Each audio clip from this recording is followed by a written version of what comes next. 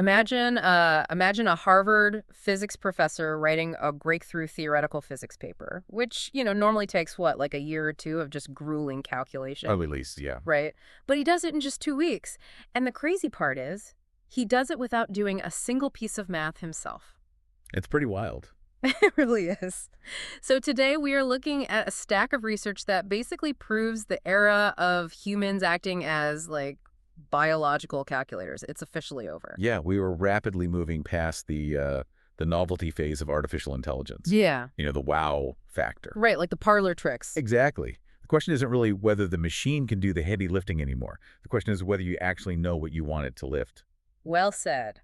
Welcome to this deep dive, everyone. Our mission today is to cut through the, honestly, pretty dense technical jargon of this week's AI breakthroughs and figure out exactly what they mean for you. Because it affects everyone now. It really does. Whether you're an artist, a business leader, or, just someone trying to manage a ridiculously busy life.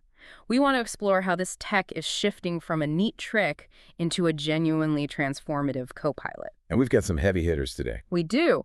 We're looking at an 81,000-person global study by Anthropic, some groundbreaking new frameworks from Meta and OpenAI, and that Harvard physics experiment I just mentioned. And as we dig into these sources, there's a really clear theme that just keeps emerging. Which is? That the most valuable skill in this new era, it isn't coding, it's not, technical execution, it's human judgment. Human judgment. Okay, so let's look at the sheer speed of execution happening right now, just to set the stage. Because there's a case study in our sources about a dev team that rewrote something called the JSONata expression language. Right, yeah. And to put it simply for everyone listening, JSONata is just this complex tool developers use to query and extract data. And this team needed to rewrite that entire tool into a completely different programming language called Go. Which is known for being incredibly fast. Super fast, super efficient. But normally, translating complex architecture like that takes a team of engineers, I don't know, months of tedious work. Oh, easily months. Well, they did it in a single day. Single day. And if I remember the source correctly, using about $400 in compute costs. $400, that's it. Yeah, and it's projected to save them $500,000 a year. That is just, the ROI on that is insane. Right. But the mechanics of how they actually did it is what's truly revolutionary here. Because they didn't just, ask a chatbot to rewrite the code and cross their fingers. Right, hoping it works. Exactly. They used their existing test suite as a rigid guardrail. They essentially told the AI, keep rewriting and refining this code line by line until it passes every single one of our automated tests. Which points to this massive architectural shift we are seeing across the board. Anthropic calls this harness design, or multi-agent setups. Multi-agent, yeah. Because we're no longer treating AI like a single solitary oracle that spits out one answer and, hopes for the best. We're giving it a team structure. Yeah, it's fascinating. You set up a generator agent to actually create the content, and then an evaluator agent to act as this highly skeptical quality assurance tester. And that evaluator agent is relentless. Like if the generator writes a piece of code, the evaluator doesn't just read it. It literally attempts to run the program. Right, it tests it in reality. Exactly. And if the program crashes, the evaluator reads the error logs, identifies exactly which line of code caused, the memory leak or the visual glitch, and sends a highly specific critique right back to the generator for revisions. And they just loop like this. They loop like this entirely on their own until the software works perfectly. Wow. And Anthropic actually used this exact loop to have an AI autonomously build a 3D Dutch art museum website. I saw that. It's incredible. It built a retro 2D game maker. It even built a fully functional browser-based music production app, like a full digital audio workstation. Yeah. The AI is writing the code, testing it, finding its own bugs, and fixing them, all while the human just kind of, watches the progress bar. And we are seeing this incredible synthesizing power in other complex domains, too. Like Meta just released a framework called Tribe V2. Tribe V2, what does that do? It's a massive foundation model for neuroscience. What it does is predict human brain activity, but it does so across multiple modalities all at once. So video, audio, and language. Okay, wait. How did human researchers do that before? Well, fragmented human models previously had to study those brain responses in complete isolation. Just looking at audio or just looking at visuals. Tribe V2 unifies them. It spots patterns in how the brain processes a spoken word versus a visual scene that human researchers simply couldn't synthesize all at once. So it's synthesizing at a scale we literally can't match. Exactly. But looking at all this, like an AI spinning up complex software in a day, synthesizing vast amounts of brain activity, I have I guess, a pretty serious concern here. Lay it on me. It feels a bit like the Sorcerer's Apprentice, right? If an AI can spit out 20,000 lines of code in a few hours, doesn't that just create a monster code base that no human actually understands? Yes. Yes, it absolutely does. In fact, developer Mario Zechner explicitly warns about this in our sources. What did he say? He essentially told the tech industry to slow the F-bomb down because we are accumulating massive amounts of what he calls cognitive debt. Cognitive debt. I like that term. It's like it's like relying entirely on your phone's GPS to navigate your hometown for 5 years. Oh, that's a perfect analogy. Right, because you think you know your way around because you always get to your destination. But the day the satellite goes out, you realize you don't actually know how the streets connect anymore. You never built the mental map. Exactly. If the AI is doing all the mental push-ups to build our software, we are losing our mental map of our own digital infrastructure. Because when you delegate all your agency to AI, you lose track of the complexity. Sure, the multi-agent system can fix its own bugs today. But what happens when those tiny, harmless structural errors compound over, say, 6 months into a massive, tangled web? A total mess. Right. When it finally breaks in a way the AI can't fix, the humans are completely lost because they didn't do the work to understand the system they built. Because the AI did the work for them, which means the new bottleneck for human progress, it isn't the ability to execute tasks anymore. The new bottleneck is taste. Taste in the broadest sense, yeah. Aesthetic taste, scientific taste, structural taste. Which brings us right back to that Harvard physics paper by Professor Matthew Schwartz from the intro. The vibe physics. Yes, vibe physics. So he wanted to see if AI could genuinely do theoretical physics. So he supervised an AI through this highly complex research calculation, and over 2 weeks, spanning 110 drafts and 51,000 messages. But 51,000 messages in 2 weeks. That volume is insane. But he acted strictly as a manager. Right. He didn't do the math himself. He didn't physically edit the files. He just directed it. Exactly. The AI was doing the heavy lifting of the calculus, but it couldn't have finished the paper alone. It would frequently get stuck or, it would confidently hallucinate a mathematical limit that made absolutely no sense in the real physical world. And that's where his taste comes in. Right. Schwartz had to apply his physical intuition.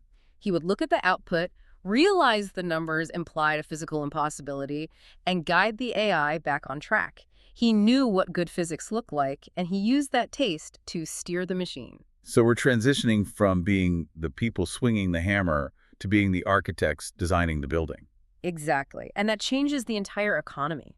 Because if taste and judgment are the new bottlenecks, how are everyday people and businesses actually adapting to managing these AI employees? Well, the latest Anthropic Economic Index tracks exactly this.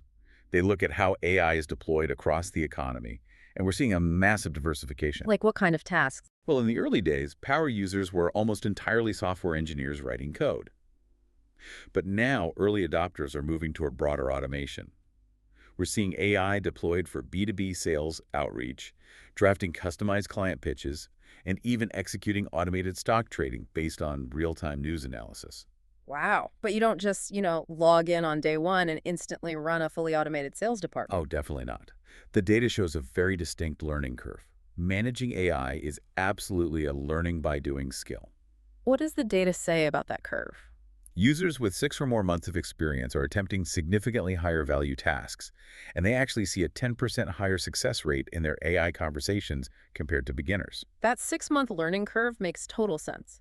Because being good at AI isn't about being inherently tech-savvy, is it? No, not at all. It is about learning how to communicate intent. It's about understanding how to break a massive goal into digestible subtasks, and critically, learning how to set guardrails for an alien intelligence. Guardrails are so important because these agents are getting much more autonomous, and they're moving incredibly fast. Like, Google's Gemini 3.1 Flash Live is rolling out seamless, real-time voice interactions across over 200 countries. That's huge. And Anthropic just introduced an auto mode for Claude Code.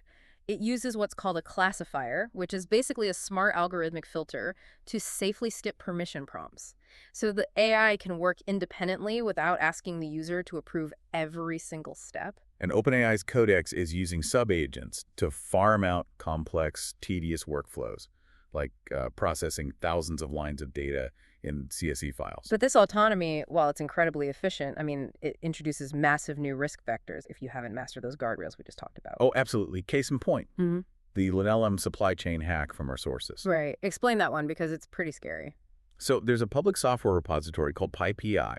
It's basically the public library where developers borrow pre-written code so they don't have to start every project from scratch. Makes But someone slipped a poisoned book onto the shelf, a malicious package. And because developers had autonomous AI agents blindly checking out books and integrating them into their code bases without human review. just letting the AI run on autopilot? Exactly. That malware exposed 47,000 users. 47,000. You could be integrating malware into your company's core infrastructure without ever knowing it. And that is exactly why experience matters.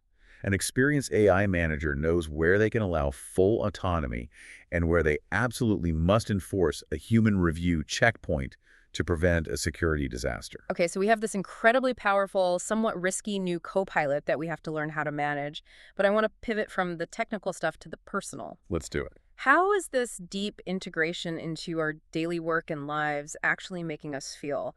What do we genuinely want from this technology as human beings? Anthropic tried to answer that with what is likely the largest qualitative study ever conducted on the subject. They interviewed 81,000 people. 81,000. Yeah, across 159 countries. Wow. And when you ask 81,000 people what they want, what did they say? 3 massive themes emerged: time freedom, professional excellence, and life management. People want AI to handle the logistical nightmares of modern life. Like scheduling, summarizing emails, sorting finances. Exactly. So they can actually be present with their families or focus on the parts of their job that require deep creative thought.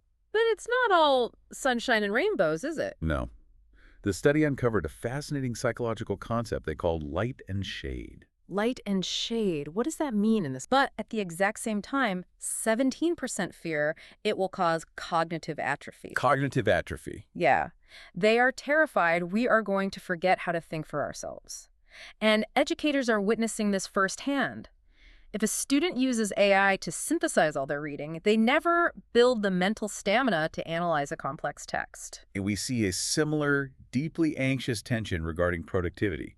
Half of the respondents love how much time AI saves them, but 18% fear what the researchers call illusory productivity. Oh man, that phrase, illusory productivity, that really hits a nerve. Doesn't it? It's that sinking feeling that if AI saves you 2 hours a day, you don't actually get to go home 2 hours early to see your kids. Your boss just expects you to do 2 more hours of work. The treadmill just speeds up. Exactly. The baseline for what constitutes a normal day's work shifts upward, and we end up just as exhausted, if not more so, because we are operating at a relentless, machine-driven pace. But the tension that is perhaps most profound, though, is the emotional one.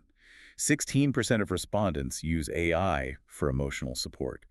And we are talking about incredibly heavy, vulnerable situations here. Yeah, the study highlights some intense stories, like a Ukrainian soldier using AI to cope with the trauma of war while on the front lines. Right. And there is a bereaved woman who uses it to process her grief because she has literally no family left to talk to. And you can see why. The AI provides this judgment-free space. It has infinite patience. You can ask it the same question 50 times or vent your deepest insecurities, and it never gets tired or frustrated with you. But the shade to that light is that 12% of people fear emotional dependency. That's the catch, isn't it? The fears people have are intimately tied to the exact same capabilities that make AI so helpful.